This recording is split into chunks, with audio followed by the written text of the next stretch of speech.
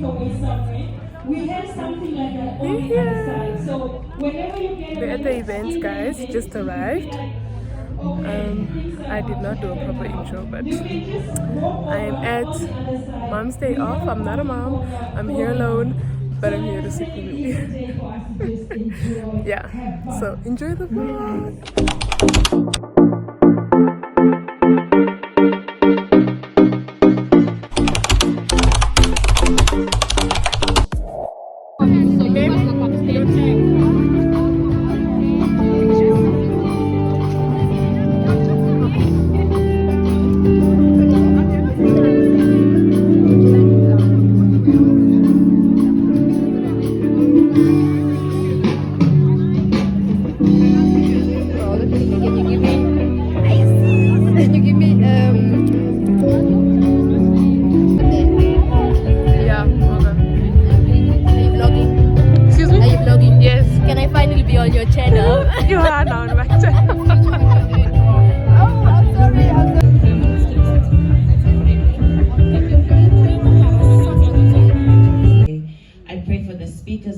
Give us boldness, give us confidence as you've given us the platform to share our stories, Lord God. I pray that they impact lives today. I thank you for what you're about to do in this place today, and I invite you, Holy Spirit, to take precedence. In Jesus' mighty name I pray. Amen. The lady of the moment. I think she needs a standing ovation. Yes, Can we stand up? Stand up. Can we stand up? DJ, are we ready? We're ready. Ladies and gentlemen, introducing to you the lady of the moment, founder of Motherhood, Namibia. Ladies and gentlemen, please put your hands together for Selma Buckland.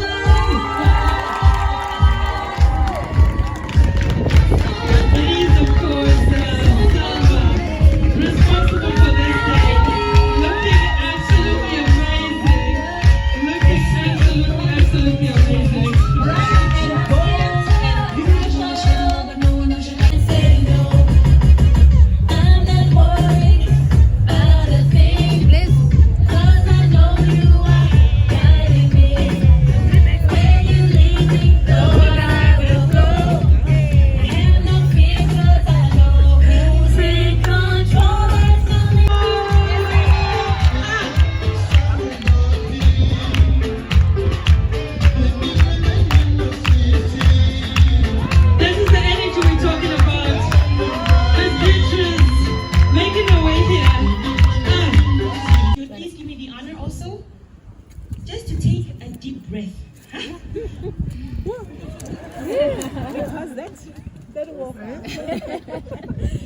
All right.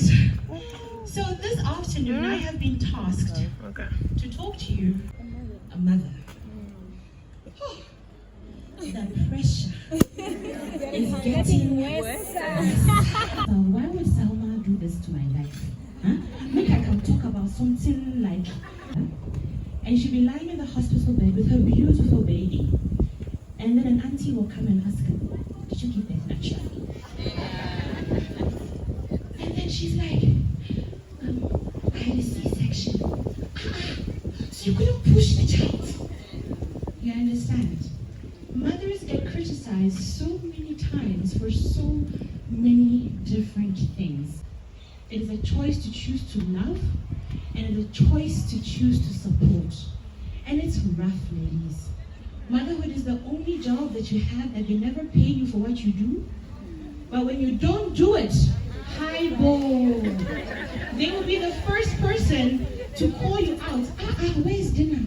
Mommy, my school uniform isn't washed. Mommy, But all the days it was done, nobody said anything. As a woman with no children, I've had people say very unnecessary, mean things to me. And when I started today, when I came earlier, I said to Stacy, please pray with me because I don't know how I'm going to do this.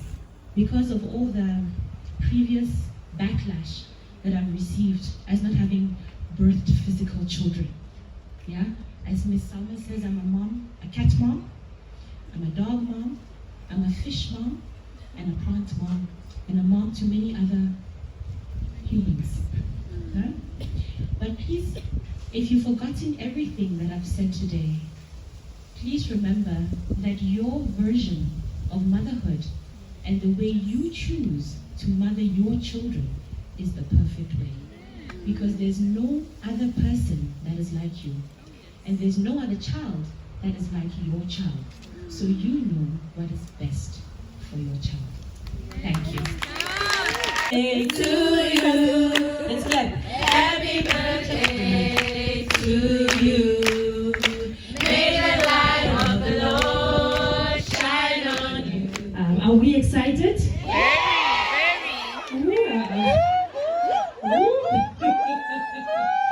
All right, I know that your happiness is deeply. I like their happiness. Their happiness is done. And that's the happiness that we need. So, ladies and gentlemen, let's put our hands together. Now, we are going to do this in Namibian style. Yeah? We're going to do it in Namibian style. We're going to welcome our next speaker the best way we know how to. All right? DJ, son, ladies, son, all right. DJ, ladies and gentlemen, please put your hands together.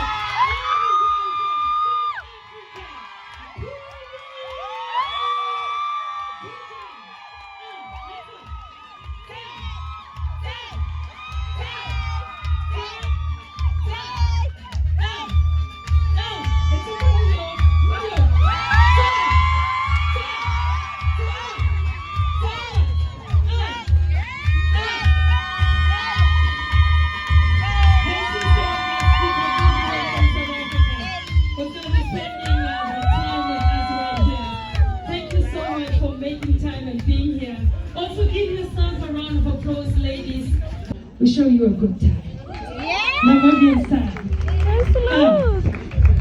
Say. Aye. Somebody like I'm joining me. Huh? Say. Aye. All right. Can you please give her a round of applause as she makes her way to the stage?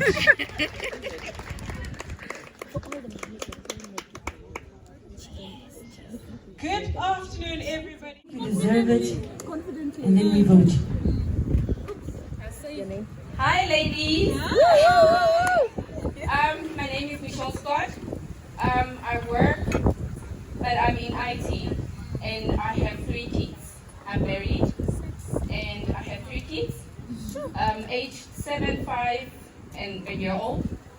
Wow! And just like I mentioned earlier, I work in IT, so my work is really hectic. I work sometimes overnight. I work all weekends. This weekend I just ask someone to stand in for me. Sundays especially I work from 8 to even nighttime. And in those working times I need to make time for my babies, for my husband. I'm a sister, I'm a friend. I need to make time for everyone except for myself. So I really need this. Yes.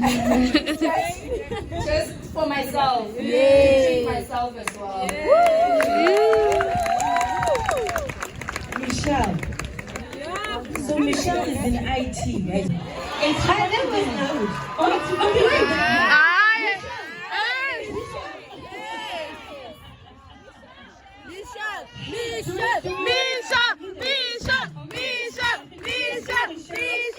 it's between Michelle and Shivambi. So I think should we try it again? Yes. All right.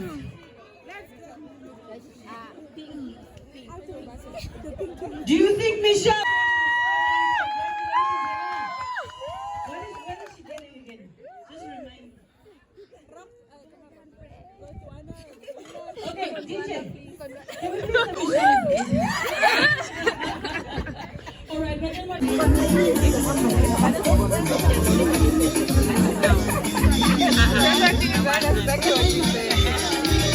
welcome.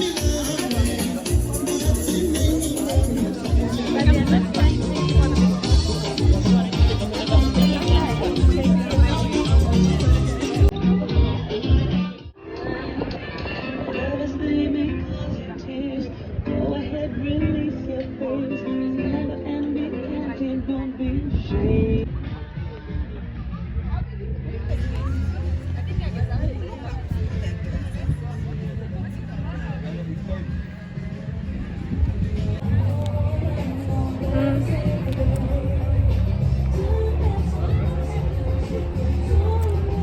Guys, I'm sorry I'm not engaging with you guys, but the event is going so well. So many people. A little overwhelming because I've never been to a public event like this before. Yeah, but it's going so well. I'm enjoying myself. Yeah, and Mpoomy is here. You guys saw her. She's here. She's like sitting so close to me, actually. Can you believe it? Now I see someone coming. Someone is on her way to me. I can't even see you. The lighting is so bad. Okay. It's fine.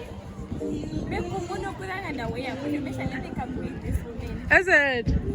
Here.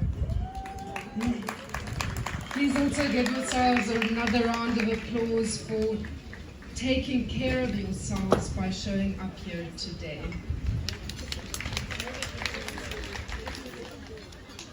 Mothering with purpose. What does that mean when it comes to your health and nutrition?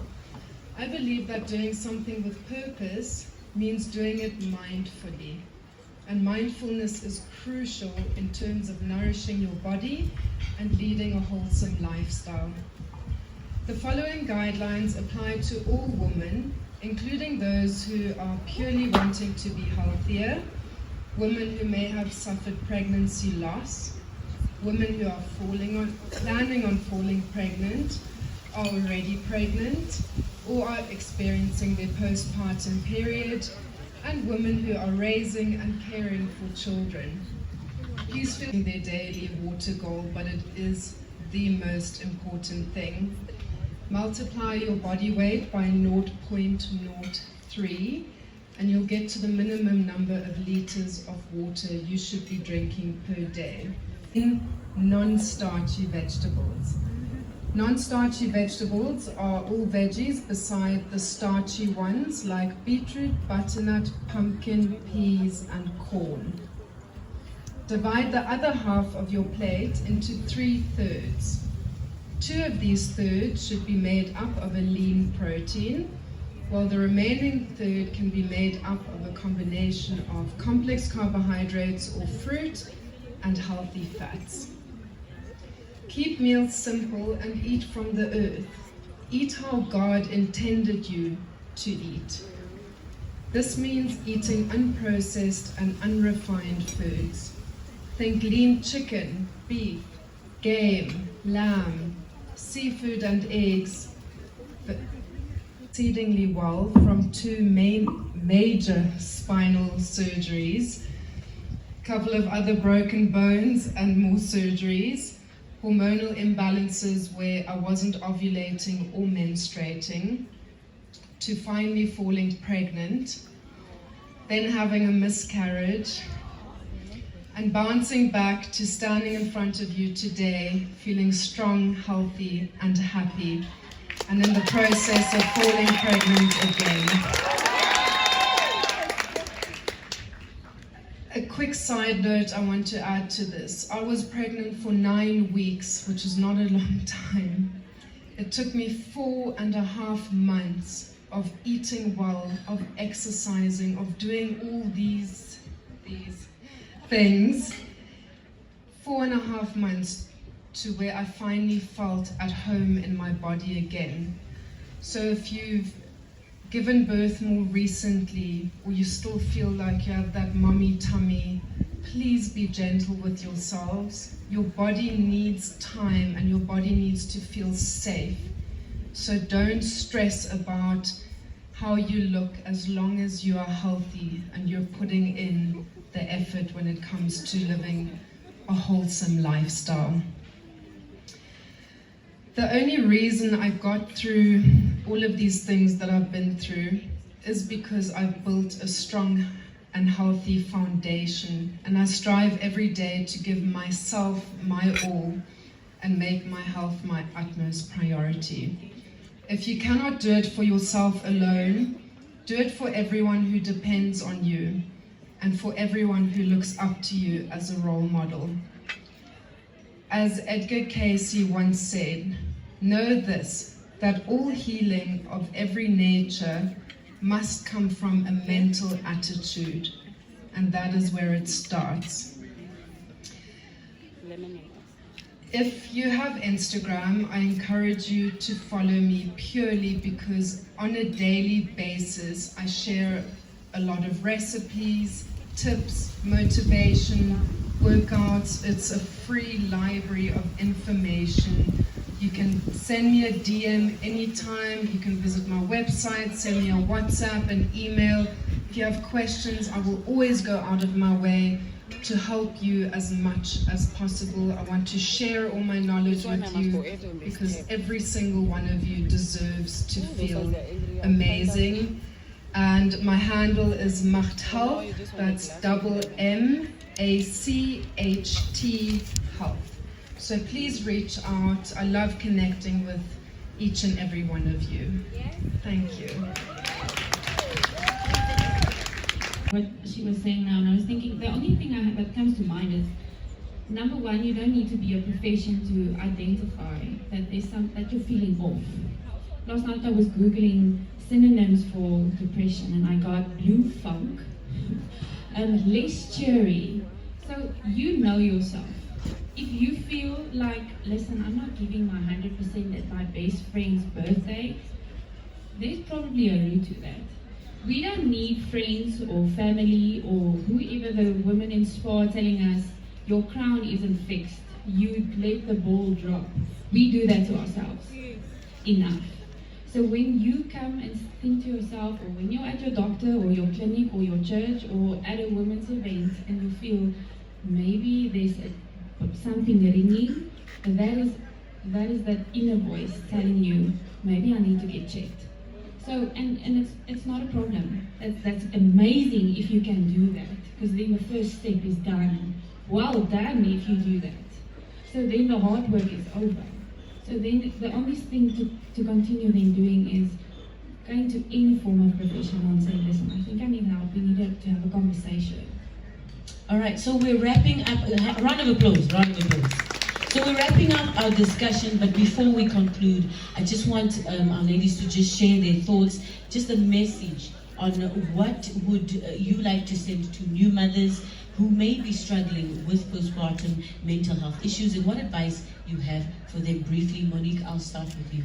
I think the most important thing is to know that this is a very common thing. 1 out of 7 new mothers experience postpartum depression. The second important thing is to know that it's not your fault. You didn't choose to get postpartum depression. It doesn't mean you're going to be a bad mom at all. And maybe you have to go through that so that your story can inspire someone in the future. You want to say one more? Please, tell us. If you're in my practice, I'm going to probably tell you to bury the spade which you're going to beat your loved one with, but I won't do that now. Firstly, take a breath, okay? Say to yourself, it's okay. It's okay to need help. Every one of us sitting in our table, look around you, every one of us at some point of our lives, even if it's the grandmother with 70 kids, somewhere in her life, she needed help. So it's okay to need help.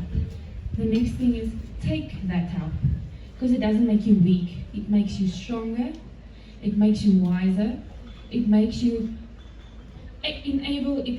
you to take on the world with even more.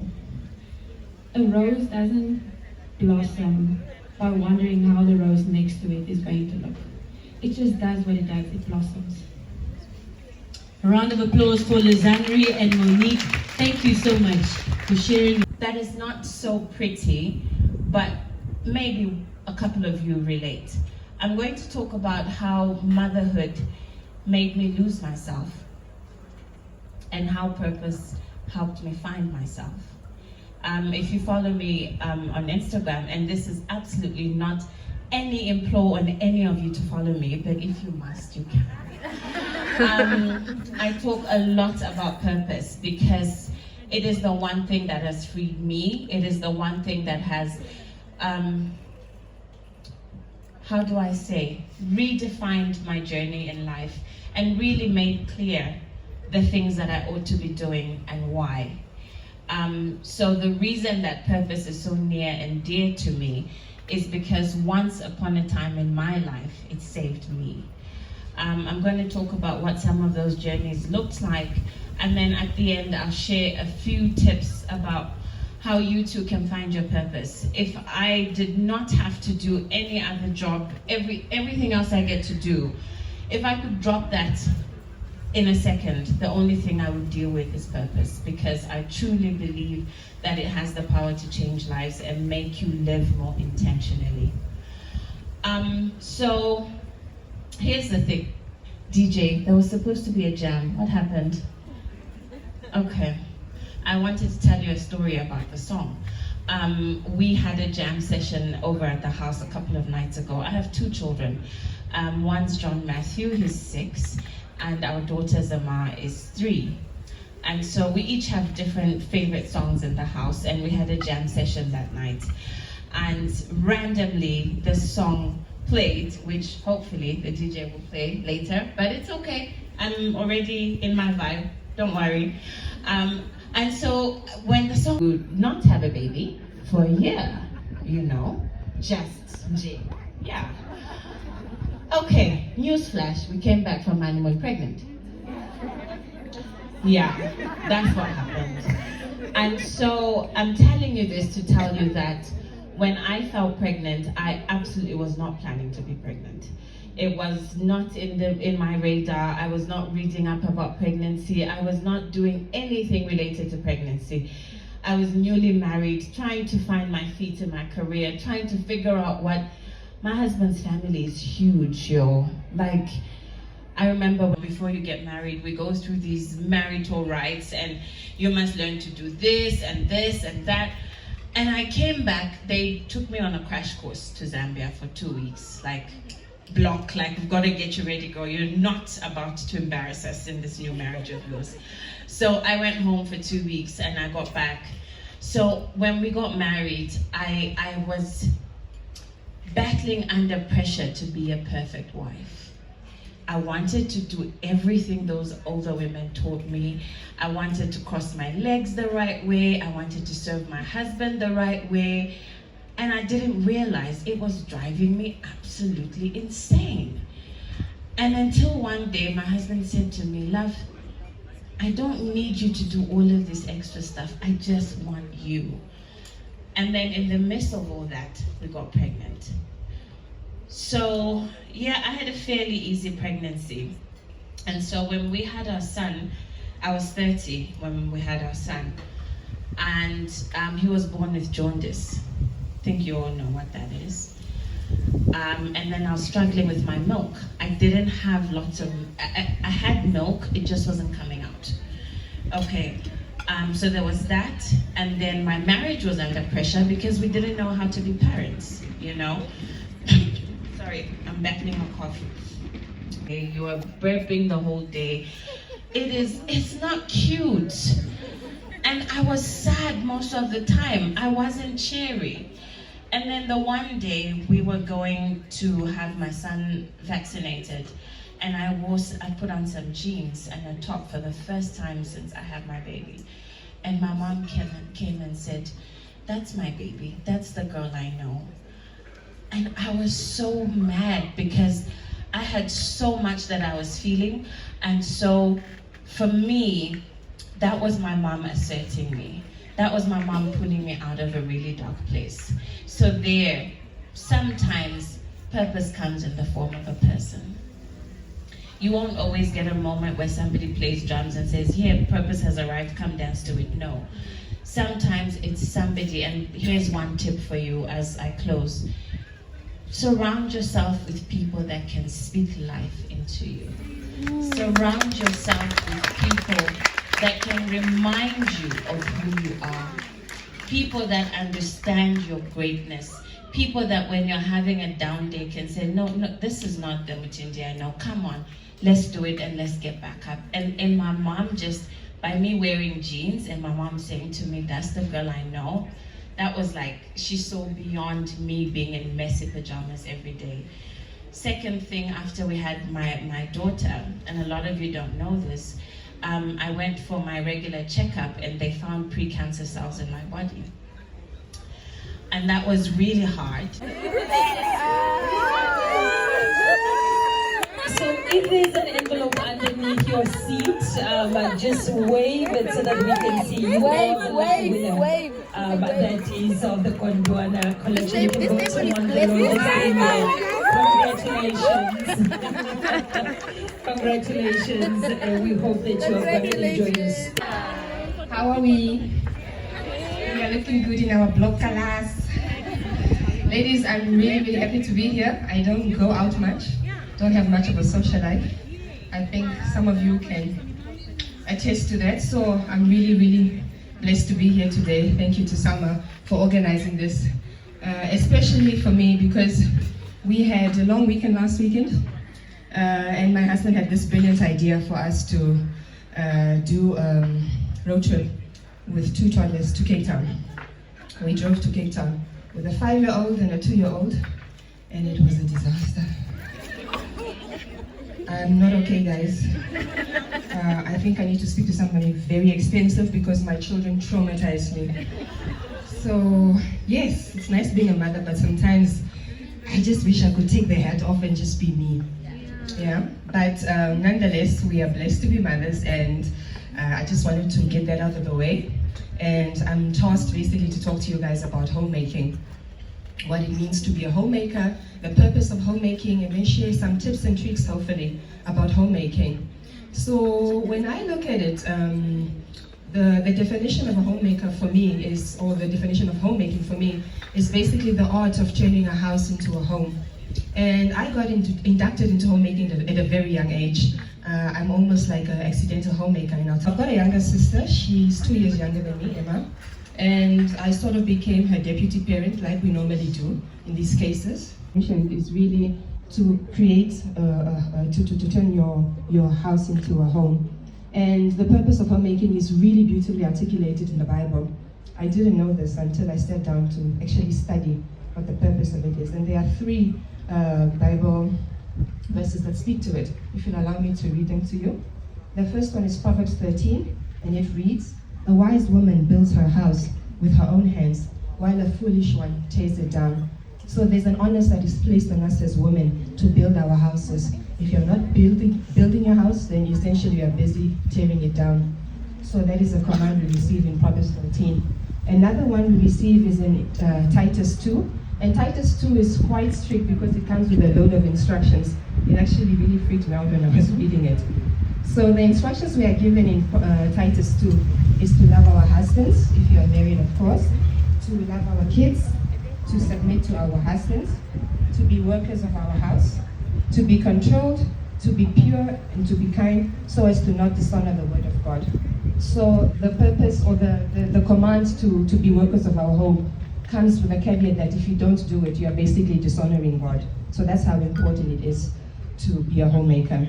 So what am I talking about when I'm talking about being a homemaker? I'm talking about cooking, I'm talking about cleaning, I'm talking about organizing your house, I'm talking about beautifying your home, I'm talking about creating routines for your husband, for your children, for you all to live in abundance with each other. So those are the things I'm talking about. And I created my YouTube channel 4 years ago when I was pregnant. I think just after giving birth to my son, because when you're pregnant, you don't sleep at a certain time, you start nesting. Remember that?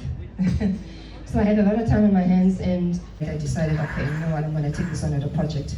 And the first thing I want to advise is that when you start homemaking, do one thing at a time. It can otherwise be very daunting and overwhelming. So take one room in your house that's not up to standard, and then you start with that. If the room is overwhelming, then take one corner in that room and start working with that. So let's say the cupboard, the linen closet. Create a system and give everything a home. Okay, sorry, I need to wrap up. Some other tips I wanted to share. Start with the basics. Making your bed. I know it sounds obvious, but there are some people who don't think it's important. But the importance of making your bed, it starts your day. And also teach your children how to make their beds. Make lists. For example, we make travel lists. So when we are traveling, like when we did to Cape Town, I've got a list of all the things that I need to pack for the kids. so my husband can basically pack that list without me being there. So you try and create a system that's efficient that anyone in the household can use, yeah? Another one is make it fun. When I'm doing dishes, I like to watch YouTube videos or listen to music or a podcast, so I'm not, cringing about the fact that I need to do dishes. So I make it fun.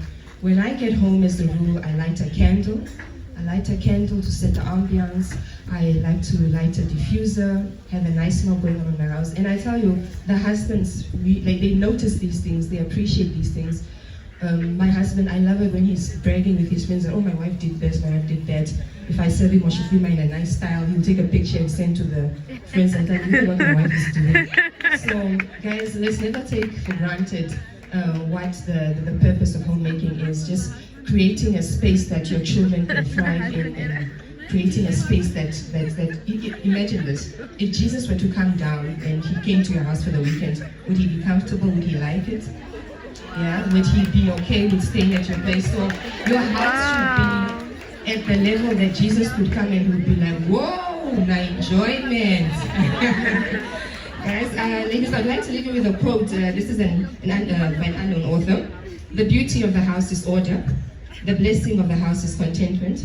The glory of the house is hospitality. And the crown of the house is godliness. Enjoy homemaking and make it fun. Thank you, ladies. Oh, wow. Yay, ladies. Let's go. How are you, ladies? I heard you were sitting for some time. So you guys know what I do, right? Where are you? For people who dance and get a bit loose, right? I'm so honored to be here. Thank you to everybody who showed up. It's such a successful event. But for right now, I hope you guys can sing along, dance along. Let's party a little bit, huh? Mummies, I know the house gets tough. Ish, you guys should have told me. But we're here to party. Yes, let's go. Ladies, are you here? Are you sure? Don't let the bomb niggas stress you. Are you sure? Don't let the bomb niggas stress you. Yeah. You guys know this song, right? Check.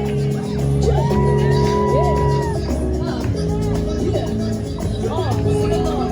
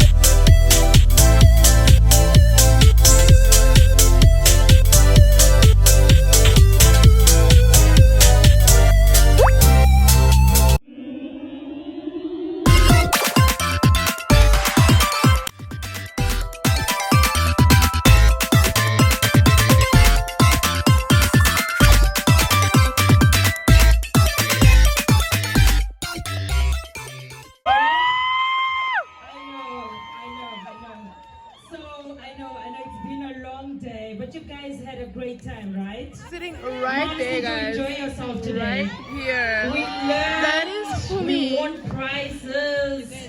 We are going on. She's sitting right here. Vacation, but we're going on vacations by ourselves. We're going to do the nails and all of that. So really a wholesome day for the mothers, and I hope that each and every one of you had an amazing time today. We definitely had an amazing time spending it with you. So next up, we'd just like to. Of course, I had a great time. I learned about financial wellness, homemaking. I'm good. You're good. All right. So next up, without wasting any time, I'd like to call up our next speaker. She is our guest speaker, and we definitely honored to have her here in our midst. So ladies and gentlemen, I know I just asked you to stand a while ago, but I'll ask you to please stand again as we call up. That is our guest speaker for the Mother's Day Off, officially brought to you, that is by Motherhood Namibia, proudly sponsored by FNB Namibia, and of course all our amazing sponsors. Ladies and gentlemen, please help me. A very, very big Namibian welcome to call up our next speaker on stage. Ladies and gentlemen, our guest speaker all the way from South Africa, Mpoomy.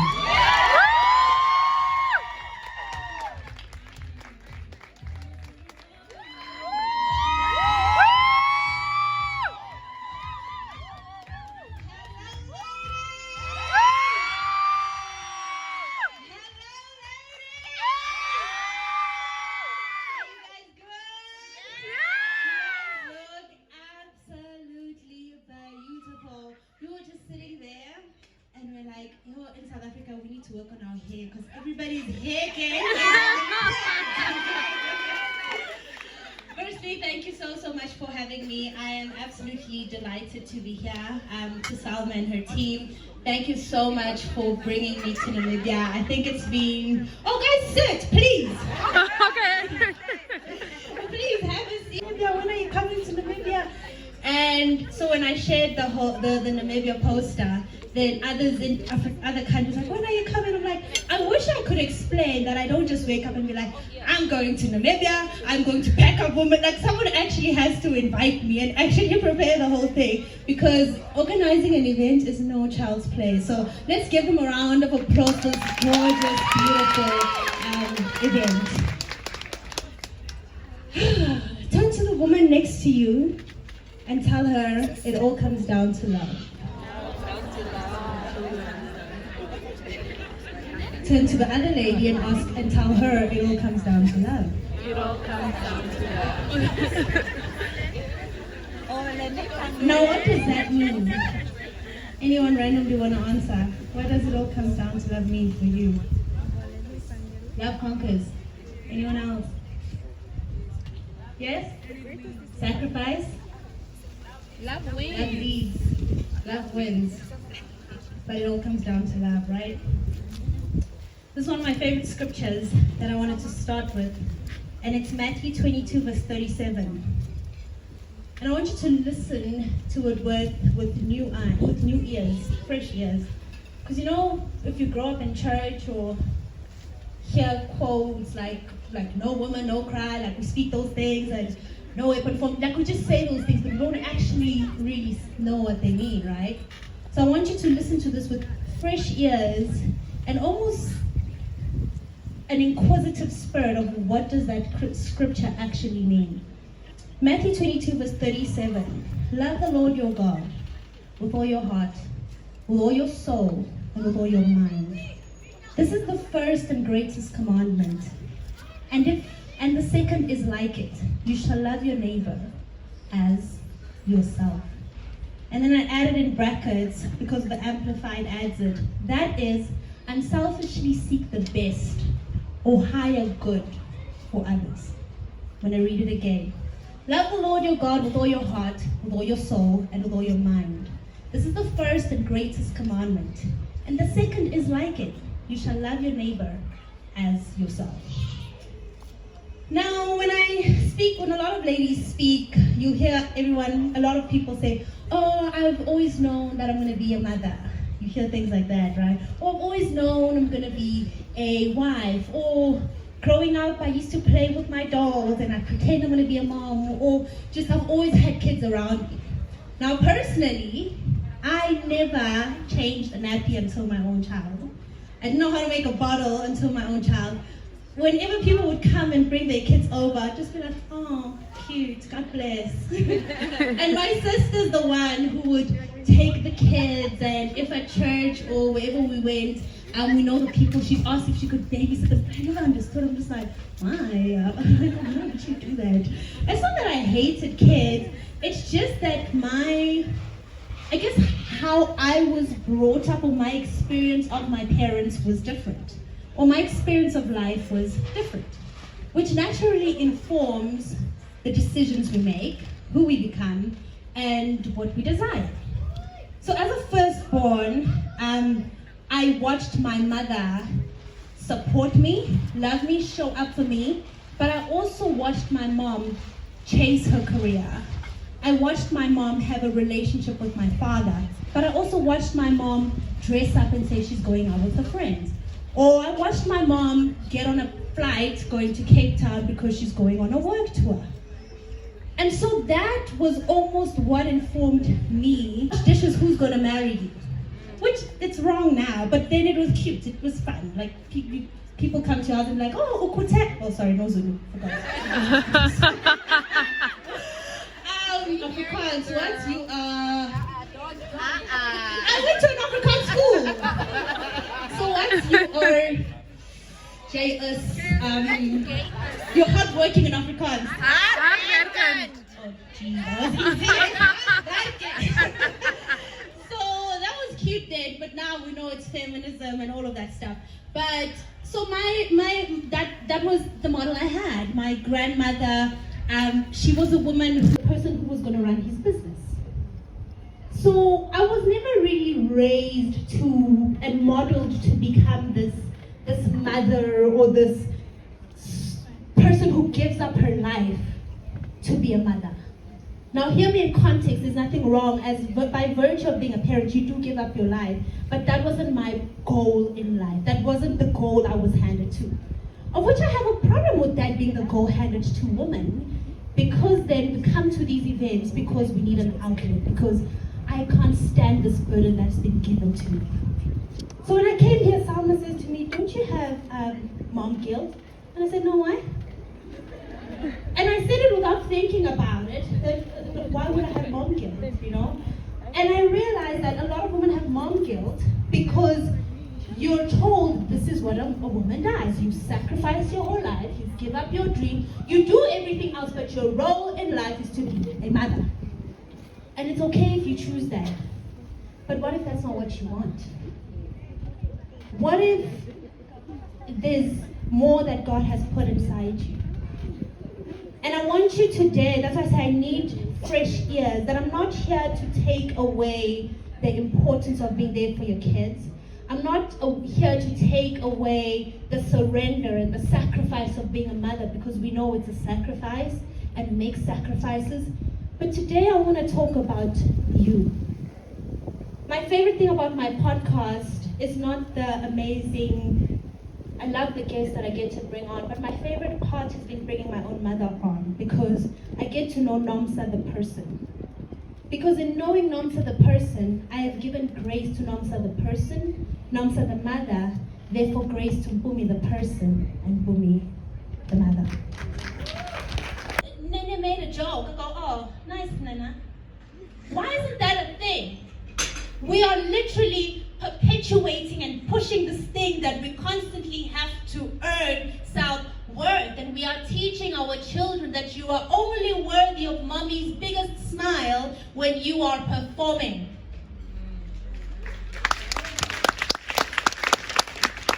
So we are constantly performing. Constantly performing. Our life is a performance. Worse with Instagram, now we are creating movies. Sure, we are in the movie making business. Every single day. Every single day. Now where does my self-worth issue start? I don't know if I want to label it an issue, but my discovery today, my discovery of where my self-worth is the way to sit down in the choir. Okay, we respect how things are, right? The boy, this is now a different guy who's the drummer, gets the girl pregnant. Guess what he gets to do? Continues. Do you know why?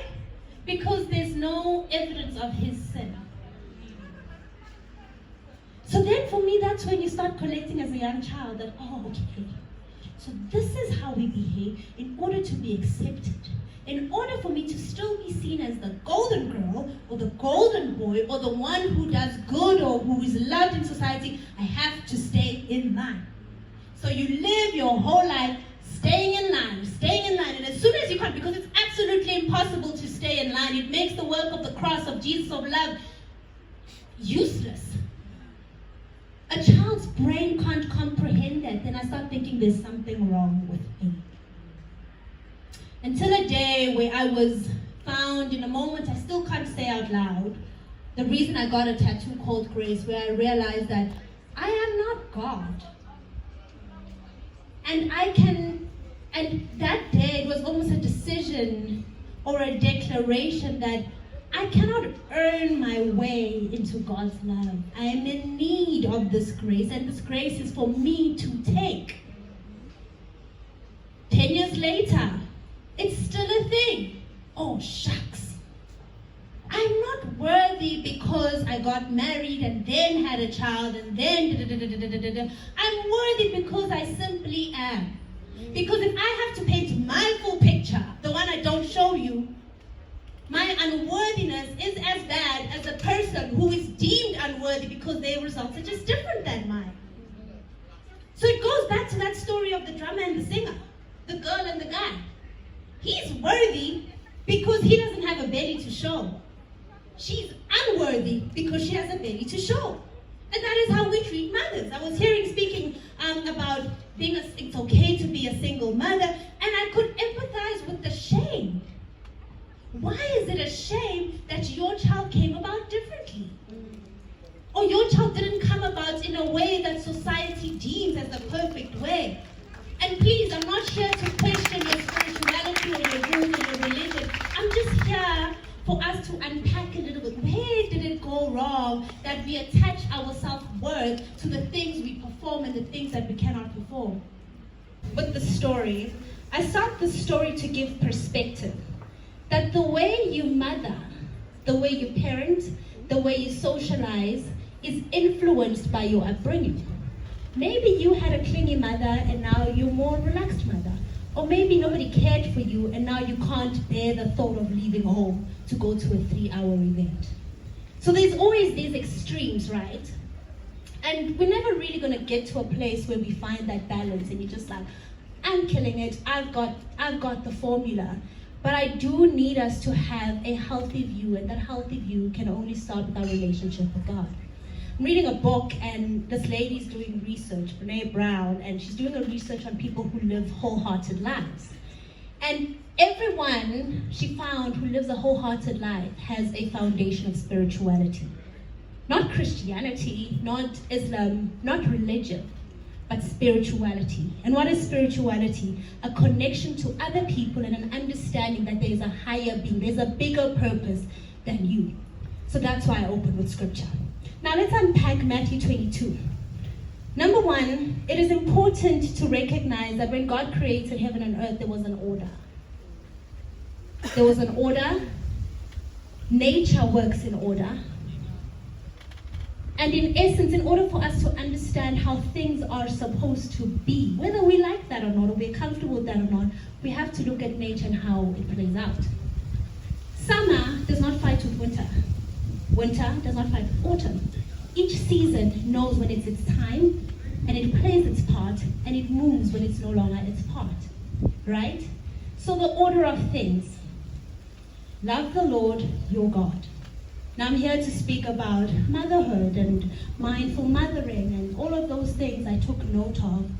And we're going to touch on them. But I want us to understand the order of things. Because we think that you have to love your kids first. You have to give up yourself. And to a certain extent, considering my upbringing and my non-desire or desire to have kids, and when my husband and I met, we spoke about kids, but it was always a clear thing that even if we don't have kids, we'll be fine. If we have kids, that's great, but even if we don't, like, it was always a fine thing. So when I had a child, it was a surprise, and it was a beautiful surprise, and I really, really loved it. But then somehow I also fell into that thing of I have to give up everything. I don't know if it's hormones, I don't know if it's just what life does to you or the pressures that we see on social media, but that thing crept in. And I remember one day I was about 6 months pregnant, and I said to my husband, I'm closing down my salon, I just want to raise this child, because deep inside I felt like I had nothing left to give. My only purpose was to raise this child. Now that festered into an unhealthy depression, because just because you put away your dreams for something important does not mean those dreams go away. Instead, they sit right here and they become bitterness. They become resentment. They become depression. They become anxiety. They become all these things that we don't want, right? And that's what's happening with a lot of women. It's nice, it's pretty, it's fun to dress up your child, but then you're angry. Why are we so angry? Because God has put purpose inside of us that we have neglected because we are focusing on one of the other purposes that are inside us. Going back to the order of things, God says, love the Lord your God. And he starts there. And he says you love him with your heart, your soul, and your mind. The heart, what is the purpose of the heart? The function of a heart is to pump oxygen blood, and it keeps you alive, right? Blood that has oxygen keeps you alive. So what does that mean with the first thing that God instructs us to do in order to be well? The first commandment, the most important thing he instructs us to do before any other sacrifice and any other purpose and any other thing is that love me with your heart. Love me with the reason that you are alive to love me, in essence. The reason we are all here today is that we are here to love God. The very essence, once your heart starts pumping, then you're done with your purpose here on earth. And so what is God ultimately asking of us? Sacrifice everything to me. That's the first order. Love me with your heart. And then he says, love me with the soul. What is the soul? The soul is the seat of memory, feelings, imagination, desires, affections. Basically, it's the interest of our being. When we were created, God didn't create our body and then put our soul, or then create the soul. The body was molded, then he breathed the soul in. That essence, that makes you you, that lasts forever, that you take with you to eternity, he says, love me with that. That's ultimately everything. What are you thinking of? What are you desiring? We sometimes want to kick our desires and our dreams, but that thing, God wants you to love him with that very thing you're pushing away and sacrificing for other people. Sacrifice always sounds beautiful until you sacrifice what God has asked you to do. And then number 3, he says with the mind. The mind is unconscious and conscious, and the mind is the coming together, the bringingness of all the things that we are exposed to. So basically, you think of the mind as a file that's looking at everything that you've gone through life, from your upbringing to going to school to everything. And the mind is just collecting, and it sits here. And your new experiences, and the mind is collecting. Now God says, love me with that too. What is he saying ultimately? Because what is love? It's sacrifice, right? You said it's sacrifice. And he says, bring that to me first. That is the first order of things. Now that we've got that right, you love me, you're sacrificial towards me first, you come to me with all the things that you have, all your experiences, the good, the bad, the exciting, the dreams, the scary, the fear, the shame, everything. Now let's move on to loving you. Did you hear how I didn't jump to loving your children, but to loving you? How we love ourselves is our view of the Creator. Now that was a hard one for me because I had to sit down and think, okay, where am I on the self-love thing? And what does it mean for my view of the Creator, or my God, or your spiritual relation, your spirituality, right? And it shows in how we love other people. So it's actually crazy for us to say, oh no, I love people, I serve people, I do this for people, but we show no love for ourselves. I've actually realized that in doing that, when you overcompensate in doing for others, there's a void that is inside of us that we're trying to fill. But if we come to that place of loving ourselves first and understanding ourselves, then naturally, you know when they say someone oozes of love and oozes of God and oozes of beauty and has great omen, a great energy, it's because that person has a great view of themselves that it naturally pours out how they view the Creator. And it naturally pours out in how they relationship with other people. Is there kindness in how we're loving ourselves? Is there compassion? Is there discipline? Because how do we speak of self-love if we don't speak of discipline? I was listening to a podcast, Jay Shetty was speaking to Ryan Holiday, and he was basically saying that there's almost two extremes, right? There's people the people who have discipline, like the athletes, they need the discipline to not be so disciplined, right? And then there's the people who just really need discipline. And now the funny thing is now the world is going for this angle of we just don't want to do anything. Like we're looking for the ease of it. But in essence, people who do everything they want are the most unhappiest and unhealthiest people. Right? Am I wrong? Well, think of a drug addict, right? You start off, it's fun, it's cool, it's the vibe, it's great times. Do it again after a month, 2 months. Before you know it, you're addicted. And then you can fund it. And then eventually you can't fund it, and then eventually you're stealing from your family, eventually you lose your whole family. But it started as what? As a lack of discipline. Now that's an extreme. It's a lack of discipline because it was fun. You were giving yourself, your flesh, whatever it needed, but eventually it destroyed your whole life. But also another extreme is neglecting your family, neglecting those things, neglecting your love for God and chasing after things. Ecclesiastes speaks about how everything is ultimately useless unless you love God.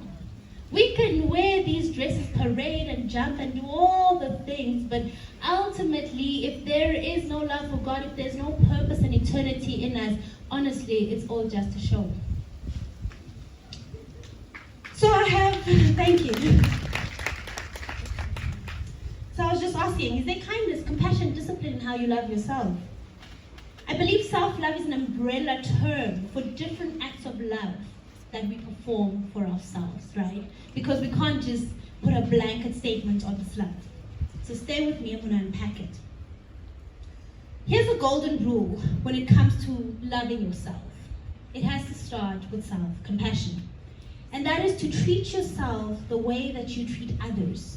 To respect, to love, to protect, and to care for yourself daily. We naturally think we do it for other people, but then we complain at the end of the day because we're exhausted because we're not doing it for ourselves. So now let's unpack the self-compassion. Number one, it's in 4 steps. Number one, self-awareness. Do we have self-awareness? And that is your thought process and how that affects your emotion. This for me started after I had my daughter and I thought I wanted to stay at home. And then it hit me that I'm falling in a depression, and then that's when I started my journey with therapy. And in therapy, I realized that my biggest issue was not so much that I want to give up everything, and my biggest issue was not so much that life felt like it revolved around my child. My biggest issue was that I lacked identity. I had no idea who I am. Now, when people talk and we talk about self-awareness, we think it's people who are just floating and are just getting things right every time things are done from A to Z. It's perfectionism. No, it is actually far from perfectionism. But self-awareness is knowing that should so-and-so do A, it triggers me this way, and this is what happens. So for example, with me, when I am stressed out, I will binge eat. When I'm stressed out, I recently found out that I start planning new projects. So that is my way of dealing with being anxious because I'm craving something to control. Why do I have a control issue? So my control issue starts at the age of 14 years old when a boy has his way with my body after I've said no. So now ultimately I live my whole life making sure that I will be the one who's in control. I will plan so that disaster does not happen. But what do? We clap for that. Because that's what society does. We look at things and it looks shiny, oh, what a planner, oh, what a perfectionist, what a oof, oof, oof. But where does it come from? And now you're shutting down on yourself and thinking, if I could be just like her, if I could mother just like her, if I could talk to my kids just like, but you don't know why. You have no idea why I don't shout at my kids. I don't shout at my kids because when I was young, whenever somebody would shout at me, I'd feel worthless. I'd feel like I have no voice. And what is my main goal in life? Control. A voice. Because someone took my voice away.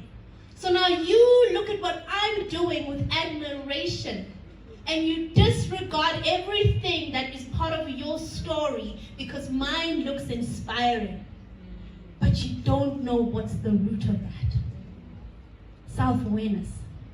Are you aware of who you are? Why do you make the decisions that you do? Why do you choose naughty corner instead of a spank? It's not because the police said so, trust me. Your kids are not going to call the police. And we know there's still people who are spanking their kids. But you're not stopping because of that.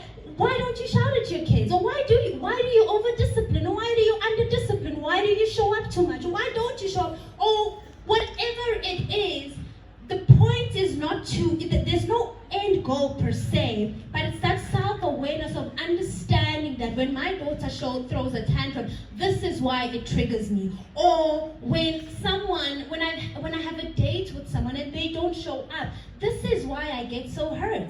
It's not that you want to change everything and change yourself so much, but it's to understand and be aware of who you are.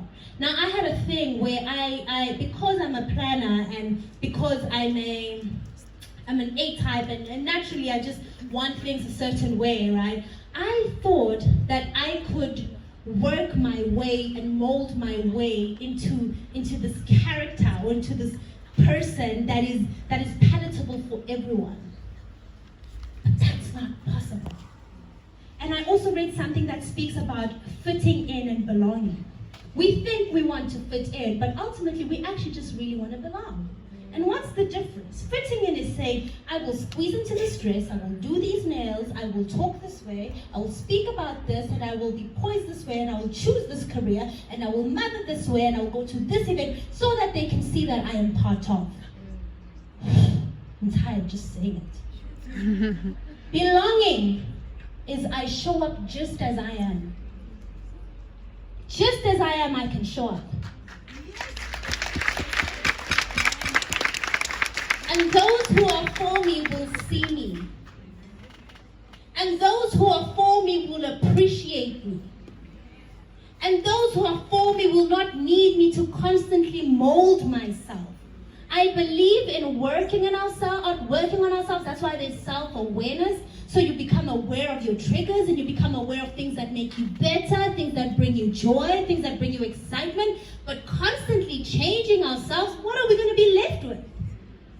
From a physical perspective, the lady who was trying to look like Kim Kardashian just passed away because she was trying to look like Kim Kardashian. How much are we suffocating inside because we're trying to be like the next person? Hers is extreme because she could go and get Botox. But if you could Botox your soul or your personality or your body or your looks to look like the other person, we would probably do it until we did, because every single day we wake up and we compare ourselves to other mothers. We compare ourselves to other women. We don't love ourselves enough. And the truth is that we don't have to change in order to love ourselves. Self-awareness. Examine ourselves. The first thing I would like all of us to do as soon as we leave here is not show the pictures that we took and the dress that who and who was wearing. It's, who am I? Who am I? What do I actually like? What do I enjoy? Then the second step in the loving yourself, it's not necessarily steps, but functions that contribute in self-love, is self-worth. Now this was a discovery for me. I actually even unpacked it in the morning and I had like glassy eyes because I couldn't believe it. Self-worth is the beliefs we have about ourselves. Now, the secret or the thing with self-worth is that you cannot earn it. You cannot work yourself to self-worth. You cannot give your child all the dresses they ask for in order for them to see you worthy because you don't see yourself worthy. You cannot decorate your home or get all the money in the world in order to have self-worth. Self-worth is directly connected, like I said, to your creator. And this morning I realized that I'm lacking in the department of self-worth. Let's bring it to our children. How many of us are honest with our children? Have a baby and it's bad and God forbid you are kicked out of life. And that is the story you got. And so we treat sex as shame, we treat everything as shame. When we get to the bedrooms with our partners, we can't even have free sex because everything is a shame. But do you know how we let go of shame? We talk about it. You say it out loud until it feels normal. It might not be a vagina and a penis in your case, but what is that shame story that you're naked? Mm-hmm. And then they went around pointing fingers. Oh, God already knew what they... Because ultimately that's what's happening with us. That's what's ruining our relationships. That's what's ruining our relationships with our friends and our family and our mothers. It's that our mothers had kids at 16. And then you're 16 and you have a kid and they pretend that they didn't have a kid at 16 because of the way they were treated when they had a kid at 16. And now you're going to carry on the same thing until you break the shame story and you sit down and you talk about things and you debunk shame. Because we are all going to fall short. That is inevitable. We fall short. Everybody here falls short. But we pretend like we don't. But as soon as one woman says, look, I wish I could pretend I was like all of you, but you lifted your hand and you said I got 8 out of 10 by virtue of that she lifted up her hand and said, oh, actually I got a 10. And that was speaking, we've been friends for very long. And both her and I have gone through a transition of losing friends. And it's just really not fun. And so we start speaking that, friend, I hope we don't lose each other. And, you know, I want us to make a pact that no matter what happens, we'll come together. And I said, I would really love to do that, but it's not true. I have deal breakers, don't you? And I asked her, what are your deal breakers? And she mentions her deal breakers, and she mentions her deal breakers. Well, she says they're not deal breakers, but it eventually builds up to these things that makes her lose friends, right? And so I understood that should I build up to be that person, it's okay if I'm no longer in her life. And so I start breaking down what my deal breaker is. And I said, from the minute I start having to work to prove that I'm worthy of your love, that's my deal breaker. Because that's essentially saying, I love you as long as you show up this way, that way, that way, that way. Every single day you don't skip a beat. Oh my goodness. And I unfortunately cannot commit to that. Yes. I want you to know that I'm going to disappoint you. I want you to know that there are things I'm not going to show up to that mean the world to you. I want you to know that I'm going to fall short. I want you to know that I'm going to say things that might offend you. I want you to know that there are things that would mean the world to you and I won't see them. But I still want to know that even while all of that is happening, you know that I love you. And I know that you can still love me. And it's not an excuse for not showing up and for not being a better. No, in context. When you love someone, you show up and you do all those things. So when I do fall short, because you know my record, when I do fall short, I want to know that you still love me. And that's vulnerability. So we cannot be friends, we cannot be husband and wife, we cannot have a healthy mother-daughter relationship if I cannot fall short, because ultimately what am I doing? Performing. I'm in a movie. I am editing a reel. I'm putting Facetune on a picture. I'm slimming my waist in the picture.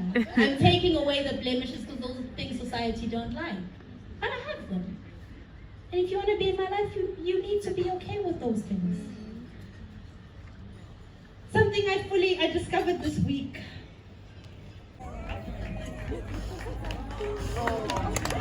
And you can just come. Oh.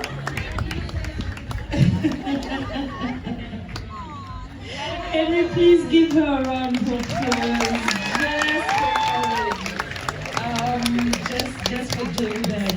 Oh, definitely, all of us here, we know the journey of this event. Every time we see her picture on that Motherhood page, we know that